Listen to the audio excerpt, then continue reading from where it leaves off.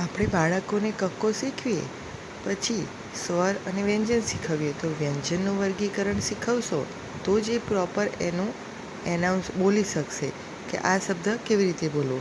એના માટે વર્ગીકરણ યાદ રાખવા માટે કતામુઓ એ યાદ રાખવાનું. ક એટલે કંઠ્ય, ક વર્ગ. ક વર્ગ એટલે ક, ખ, ગ, ઘ 4 શબ્દ જે કંઠ્ય એટલે ગળામાંથી બોલાય છે. પછી તાલવ્ય એટલે ચ વર્ગ, ચ, છ, જ, જે જીભ તાળવાને અડે એ રીતે શબ્દો બોલાય છે. મૂર્ધન્ય એટલે જીભ વાળીને ઉપર અડે એ રીતે શબ્દો બોલાય, ટ વર્ગ કહેવાય. ટ, ઠ, ડ, ઢ અને જીભ દાંતને અડે અને એવા શબ્દો બોલાય એને દંત્ય વ્યંજન કહેવાય. ત, થ, દ, ધ અને હોઠ દ્વારા બોલાય છે. આપણા હોઠ બંધ થાય એ પ વર્ગ કહેવાય. પ, ફ, બ, ભ અંતસ્થ વ્યંજન એટલે યર, લવ જે અંદર ને અંદર બોલાય છે.